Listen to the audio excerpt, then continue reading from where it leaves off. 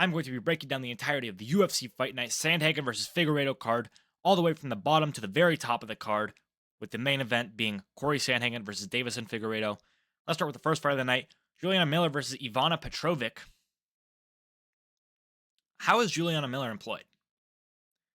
All she did was win the Ultimate Fighter. And she's cringe.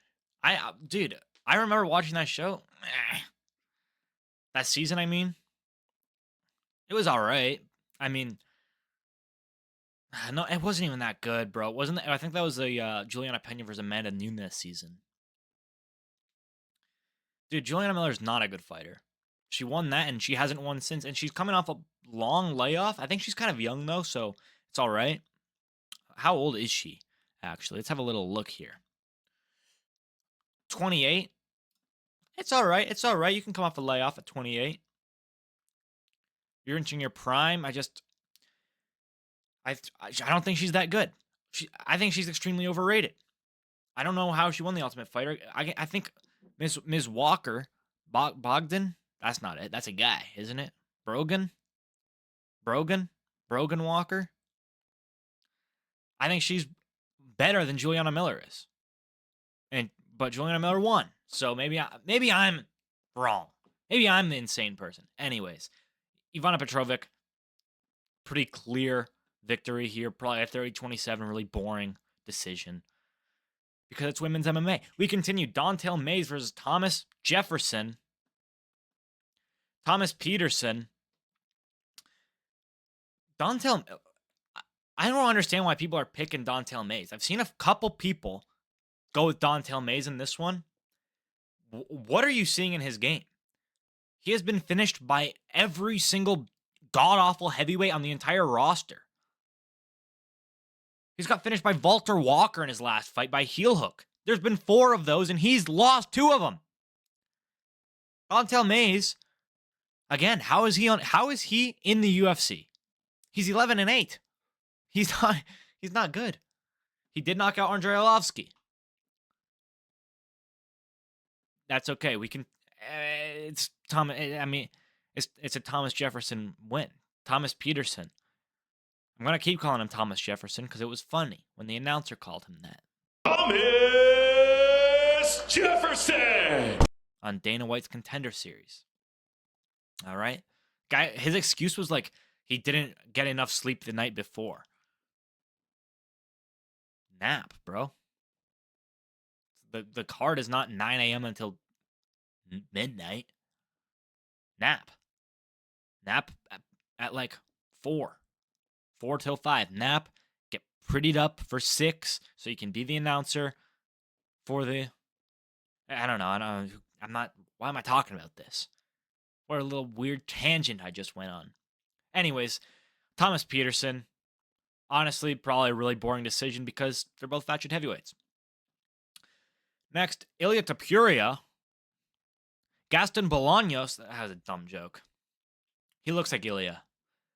I'm going to make a meme about it of like, this guy's ducking Islam. He's going to fight Quang Lee instead. He's going to fight Why am I repeating the joke?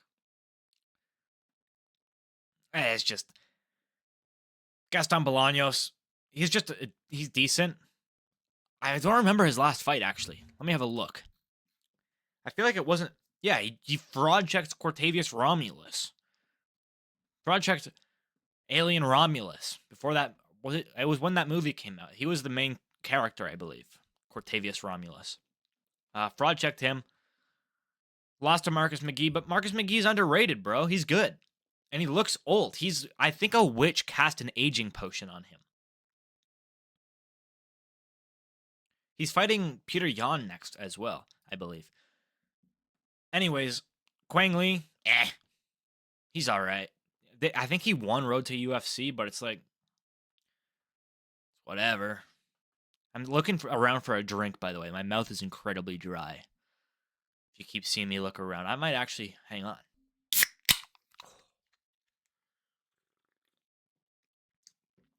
Good old Canada Dry. Diet ginger ale. Yeah, I mean, Quang Lee's just mid as fuck, even though he won Road to UFC. I think the only star to come out of Road to UFC was Ming Yang. That's not who that is. I almost said Ming Yang Zhang, dude. He just beat Anthony Smith. Who is it? Dr. Sleep? What's her name? Ming. It's Ming, right? No. It's Shi Ming. Her name is Shi Ming. I was right, bro. That was a close one. That was a close one, though. Anyways, we continue. Oh, Gaston Bolanos, probably by finish. We continue. Marina Rodriguez versus Gillian or Gillian Robertson. She's Canadian. I should know this. I am extremely biased.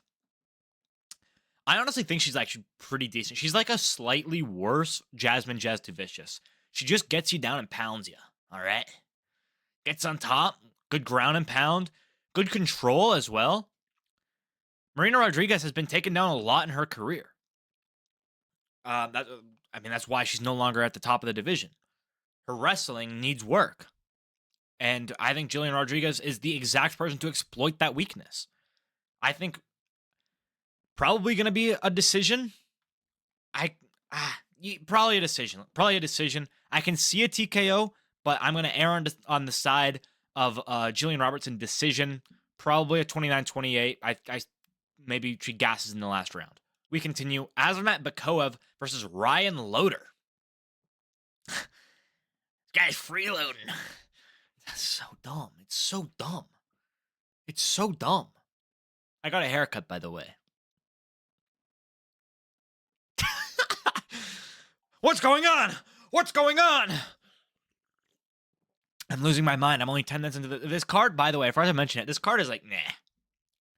This card's like not that good. It's all right.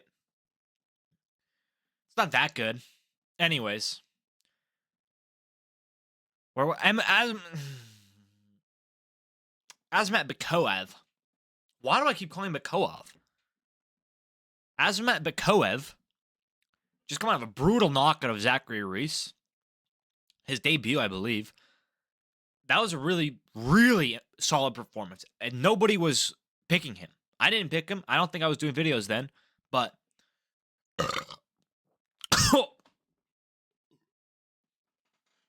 I choked on my burp. Anyways, I don't think I was doing videos when Azamat Bekoev. What is going on? I need to lock in. Bro. When Azamat Bekoev got a very brutal knockout in the first round over Zachary Reese, I believe it was in like the first couple minutes. I'll check this. 3 minutes and 4 seconds. So, destroyed Zachary Reese, who was a prospect, I believe. Was, not is. No longer a prospect. He got his consciousness taken from him in brutal and vicious fashion, and I see it happening again. But Bekoev has power. Why did I call him? Dude, I need, shock therapy. Bekoev by knockout. I got it right. That time. All right, I'm not even going to touch on Ryan Loder because I'm too concerned about my bad name, Ming. Shi Ming. Callback to earlier in the video. We continue. Yana Santos versus Miesha Tate. How is Miesha Tate still fighting? She's like, bro, you're like 50. How old are you? 38. Bro. You're making I see her winning this fight. That's the worst part. She's old as fuck, bro. I will say, one of the first times I ever saw Miesha Tate fight, live, I mean, she did Anthony Smith.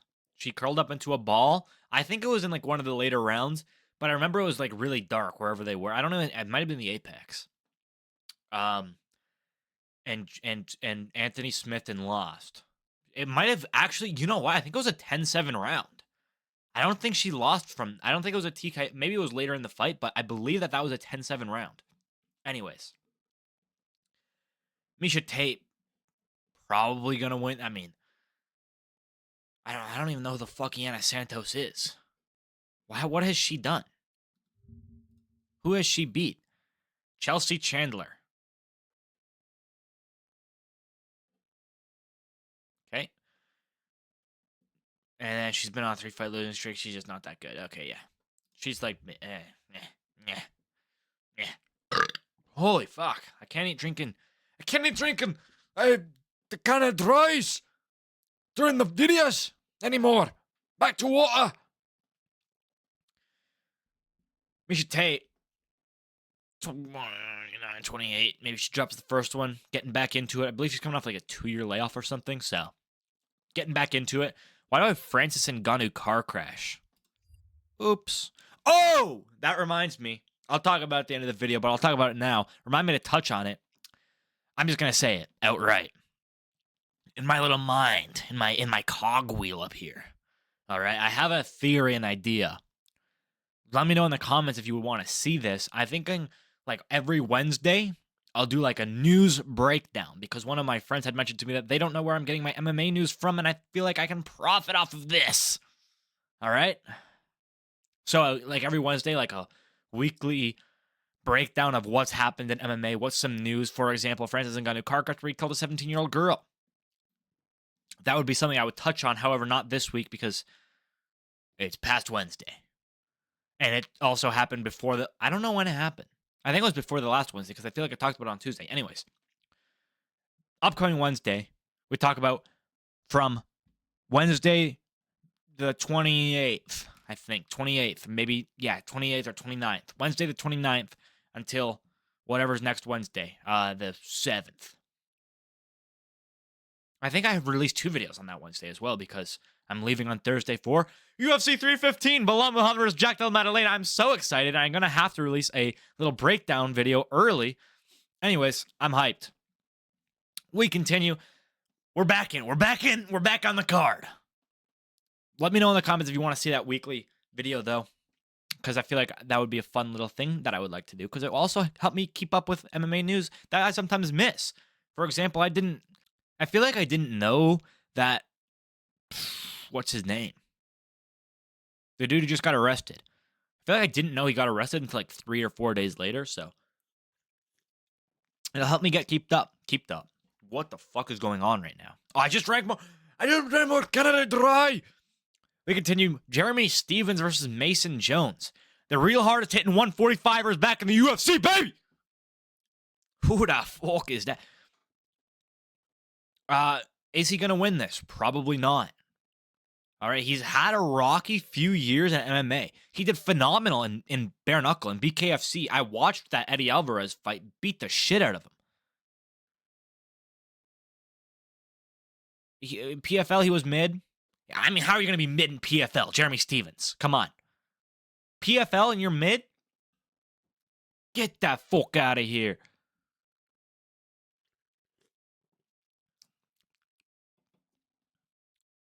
Uh-oh. I suppressed it. No, I mean, Jeremy Stephens, I just don't think he's an MMA guy anymore. I was honestly going to pick him until I looked at his record. Because I like Jeremy Stephens. Except that didn't he say Dahmer is like his hero or something? Not his hero, but he said something along the lines of like, oh, I look up to guys like Dahmer. It's like, yeah? You think that's like a good thing to say? You think people were going to be like, Jeremy Stephens? What the fuck? Anyways, Mason Jones making his second run here in the UFC, I believe. He was cut. What the fuck? Oh, I was going to say he has no prior history, but he does. It just didn't load. He was cut after 2 losses, one to Ludovic Klein and Mike Davis. Both phenomenal losses to have. Mike Davis a little bit not so as good, but Ludovic Klein, he's fighting Gamrot. He's got booked to fight Gamrot. Also in those news videos, I would do like early predictions for fights that got announced that week. Anyways, back to it. Ludovic Klein loss is a good loss to have. Then he got cut from the UFC, went to Cage Warriors, knocked out 3 of his 4 opponents. And he's back in UFC fighting Jeremy Stephens, who, I mean, but dude, so here's the thing. If you bang with Jeremy Stephens, it's going to be a tough night for you. But you can just take him down. Right? He's out of the practice. He's been in BKFC for like 2 years. So, I don't know. I'm going to go with Mason Jones, but if he has 0 IQ, he's just going to bang with Jeremy Stephens and get knocked the fuck out. And the real hardest hitting 145 is going to be back. For real. Title run. Could you imagine Jeremy Stephens' title run at age 40? 38? We continue. How is this fight on the main card? Cameron Smotherman versus Surrey City. As a Canadian, what are you doing on the main card, Surrey City? Over guys like... Yo, this card's dog shit. This card is... At least how are you above Jeremy Stephens? At least how are you above Jeremy Stephens? All right? Maybe you deserve to be on the main card of this card. How do you have Reinier de Ridder and Surrey City on the same card, though?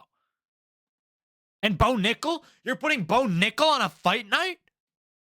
Maybe that's like your little loophole, because I remember, I think it was Bo. It might have been Joe Pyfer. I always mix them up because they both look identical. They're twins, and they're both in the same fucking weight class.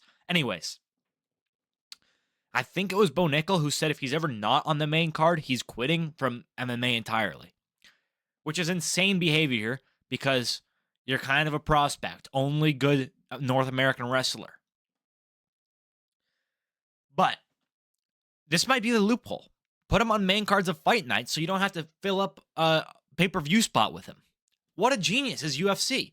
Because technically, I don't think he ever said he has to be on a pay-per-view main card, on a numbered card main card. He can just be on a fight night main card, and he'll have to be happy because that's what he said. Anyways, how is Reinier de Ridder on a fight night? It's insane. Cameron Smotherman versus Surrey City. I just don't have faith in Surrey City. He coaches not far from where I live, and I would like to meet him. However, Surrey City, I know you're watching this because obviously you support a fellow Canadian, right? True North strong and free, my friend. Yo, I might cut that. I'll have to decide later. That was... I don't like that one. Anyways, Surrey City, he's mid as fuck, bro.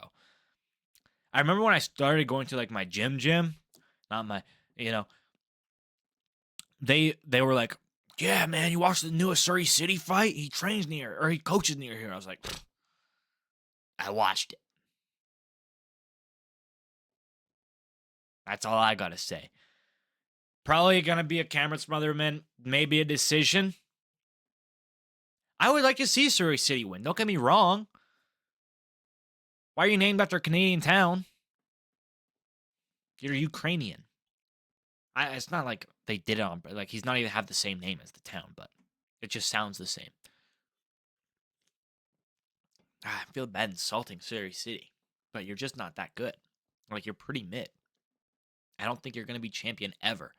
Cameron Smotherman's really young, isn't he? He's 27? Oh my god, that was 24. Okay. Well, Cameron Smotherman, probably gonna... I'm just gonna go with him. Like a 30-27 decision. Maybe 29-28 drops around a Surrey. Maybe like a later round.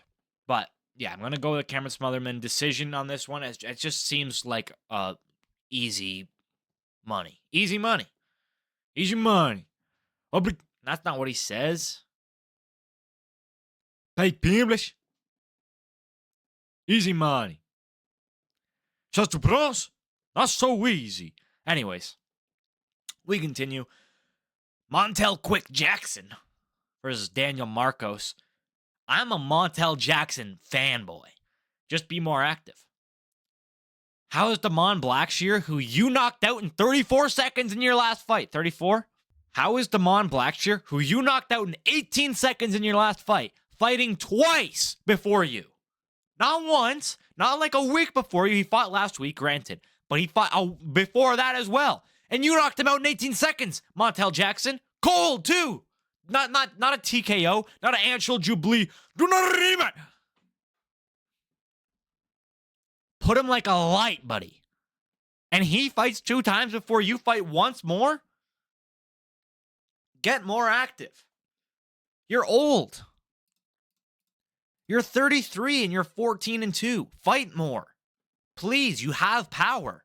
clearly, Daniel Marcos, 17-0, undefeated. I don't think he's taking it.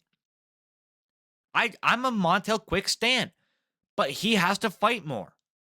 I think he was ranked. I don't think he's ranked anymore. That's how inactive he is. He was in the top 15, and just because of his inactiveness, they took him out for somebody else who did better more recently. Because it's a what have you done for me lately sport.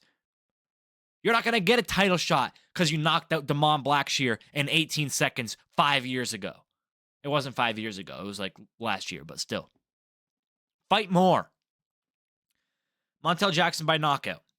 I don't want to even touch on Daniel Marcos because I'm going to get upset. I'm going to get more upset. He's got a win over John Castaneda, win over Adrian Yanez by split decision. I don't remember if it was a robbery or not because I don't remember the fight because it was probably dog shit. I think I do actually remember the fight, and I was very upset.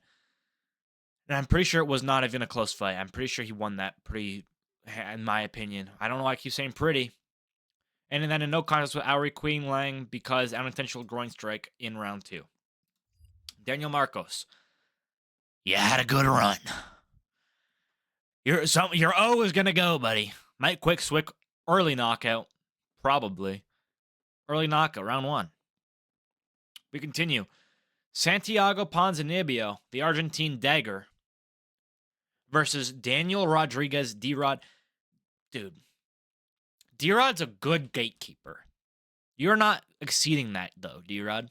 All right? I like having a D-Rod there as like a... Anyone who beats D-Rod is worthy of the top 15. He's not even like a top 5, top 10 gatekeeper. He's not like a Neil Magny. He's not a Neil Magny. He's not a Jeff Neal. Mix them up all the time as well. You guys have 2 similar names. Change them. Yeah, he's like a top 15 tester, I find. I don't know why they're matching up him with Santiago Ponzinibbio because I find him to be a gatekeeper, and Ponzi's just off a win. Over Carlton Harris. Carlton Harris from Guyana. Ghana? No, Guyana. He got hurt in the first round, Santiago Ponzinibbio. But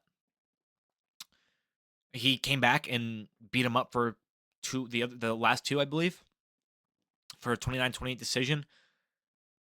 He might have won the first round even after getting knocked down. I don't remember. And I mean, it was pitiful from Carlton Harris. I mean, by the way, do you guys remember that when they were interviewing in the post-fight interview, Santiago Ponzinibbio, they're like, yeah, how do you think your fight was? And Carlton Harris just comes up and he's like watching him do the interview, just like got his arm around him watching him do the interview. Leave the octagon, bro. You lost. You're not getting an interview. You lost. Leave. What are you doing here? I don't want to see you when they're talking to Santiago Ponzinibbio. You lost. I'm sorry. You're not a loser. You're a cool guy. Fuck off, though, you know? Get out of the octagon. Why are you still here? I'm sure they were yelling at him. Leave, bro. You're not getting... I forget if he took the mic or not. If he took the mic, I'm going to be way more upset. But if he didn't, why were you there? What a weird guy. Anyways, I'm going to go with Santiago Ponzinibbio. He might knock him out. D-Rod's like, again, he's a gatekeeper. He's not that good.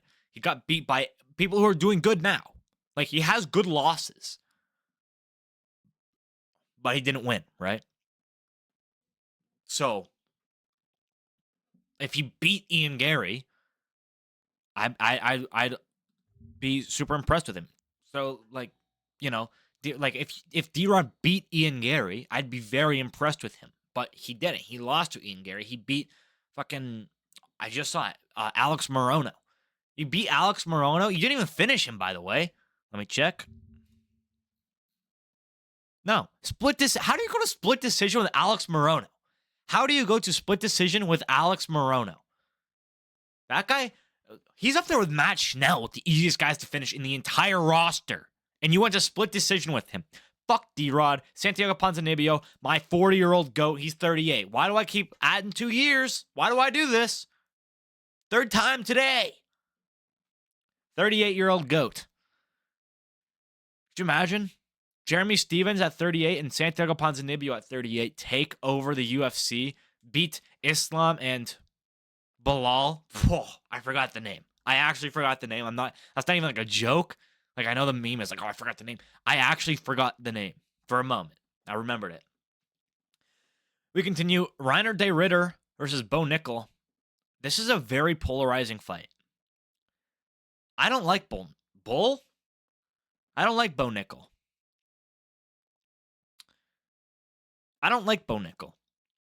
I don't like Bo Nickal. His Paul Craig performance was extremely boring.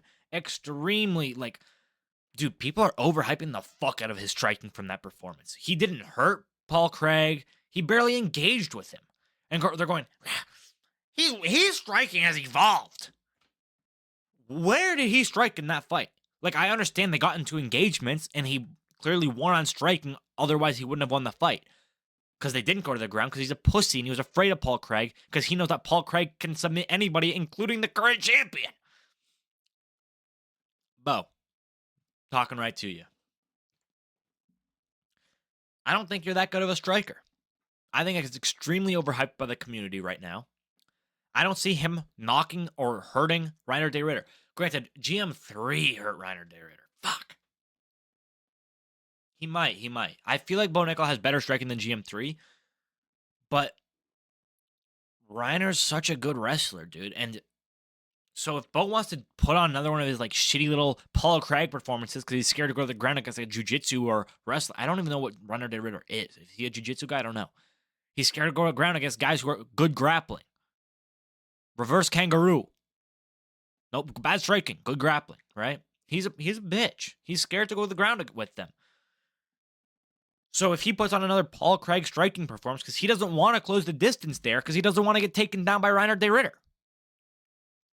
So I feel that he's going to put on another Paul Craig striking performance, and I don't think it's going to go as good for him, because Reinier is a long guy. He's got reach advantage. He's got height advantage. He's a weird Dutch dude with weird ribs and a weird face. And he's going to, I believe he might hand Bo Nickal his O. His one. He might take Bo Nickal's O. Plus, Reinier de Ridder coming off a submission of Kevin Holland. Granted, middleweight Kevin Holland. But, I mean, I just think he's good. Subbed GM3? That's impressive, dude. GM3 is one of the best ground guys in the entire roster, in the sport. And you subbed him. So that's extremely impressive. I believe if the fight goes to the ground, it's over. It's a Reinier de Ridder victory. We just have to see how Bo's striking does. Like, I know Bo hurts people. I know that. But I feel like he doesn't want to close the distance and engage. He's going to do the same thing he did with Paul Craig. He's just going to be boring. And he might win. He might win just point striking and being a pussy. It's either going to be a Reinier sub or a Bo Nickal decision. I don't see a knockout happening, and I don't think Bo Nickal's subbing Reinier de Ridder. That's my official prediction. But if I have to choose one, I am going to go with Reinier de Ridder. I think he has the, like I said earlier, he has the reach. All right, he has the grappling. What more do you need?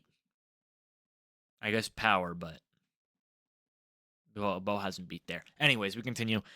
Cory Sandhagen versus Deiveson Figueiredo, the final fight, the main event of the evening.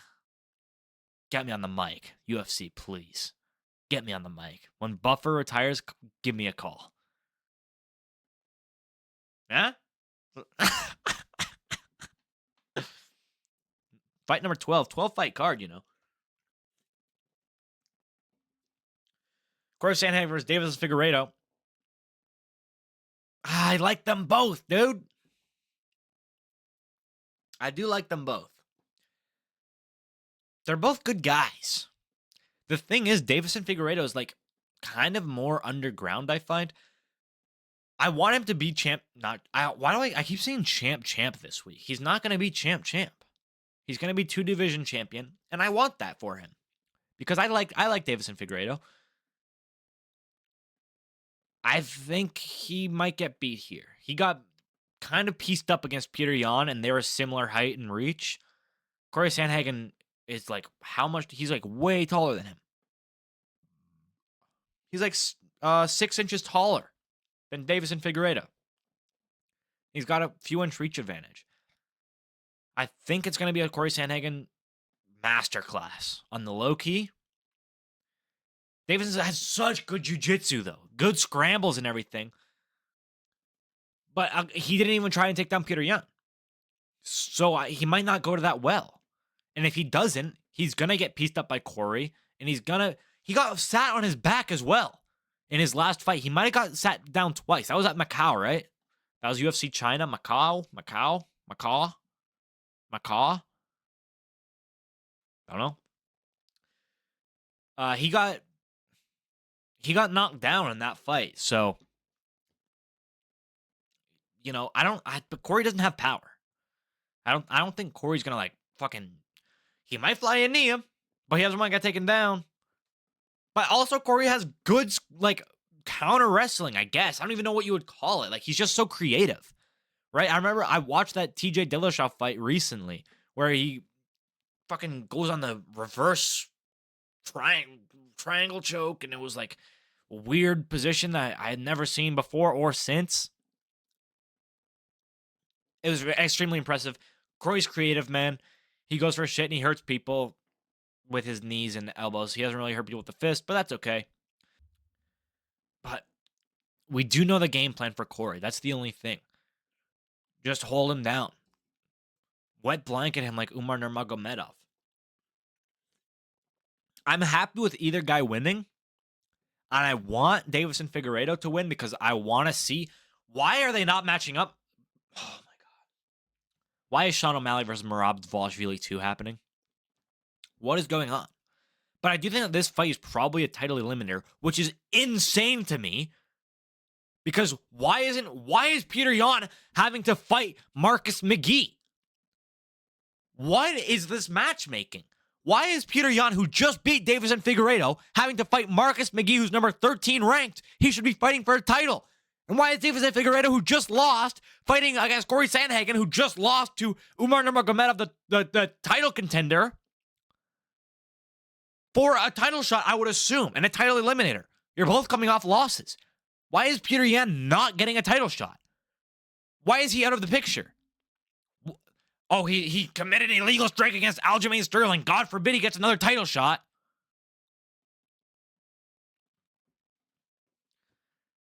It just doesn't make sense to me. Get Petr Yan in the title picture. Get Sean O'Malley out of the title picture. I don't want to see this guy fight. I do. I actually quite like Sean O'Malley. I'm not a stan of his, but I don't like the hate. I mean, what did he do? He's just kind of cringe, But he brings star power. I like his walkout song. He's kind of funny, but he talks about Jay and the Peen, and it's weird. I don't want him to fight Merab though. I don't want to see Sean O'Malley fight Merab again, who he just fought and lost to in August. It hasn't even been a year, and you're rematching this guy who, did he even defend? Why does he deserve an immediate rematch? Get Petr Yan in the title picture. Sean O'Malley has to fight up. Anyways, I see Cory Sandhagen taking this.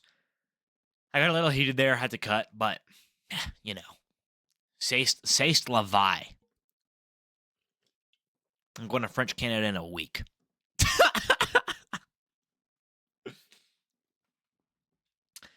Kind of not really a shorter video. I thought it was a shorter video than my usuals, but I kind of yapped for a while there for a few of them. Anyways, my official prediction: Cory the Sandman Sandhagen against Deiveson the Sandman Figueiredo. That's not his name. Deiveson Figueiredo. Does he even have a nickname? What's his nickname? Dios da Guerra. No idea what that means. But yeah, that's going to be it. Cory Sandhagen by decision. Unless he gets wet blanketed or subbed. I don't think he's getting subbed. I think he might knock him out, man.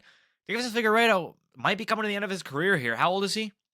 37? Holy shit. How are you still on top of the sport? Very good. Congratulations to Deiveson Figueiredo for still being here at 37 years of age. And big 25, no less. But that'll do it. If you did enjoy this video, please consider subscribing and hitting the like button, as it does really support my channel. Also, follow my socials, Instagram.com/officialzfixed. That's it. Thank you for watching. Put a comment if you want to see that news thing. Weekly news updates. Weekly MMA news updates. Weekly MMA news updates on the ZFix channel on youtube.com/account/zfixed.com. Weekly. Anyways, yeah, leave me a comment if you want to see that. And thank you for watching the video. And I will see you. Honestly, I'll probably do a double header on Wednesday if we like the idea of the news thing. If not, single header. UFC 315 breakdown coming Wednesday, May 7th. If not, UFC 315 breakdown coming Wednesday, May 7th. Keep in touch. Keep your eyes open. I almost said out. Keep your eyes out. All right, keep them out. Don't put them back in. Keep them out. And I'll see you next week.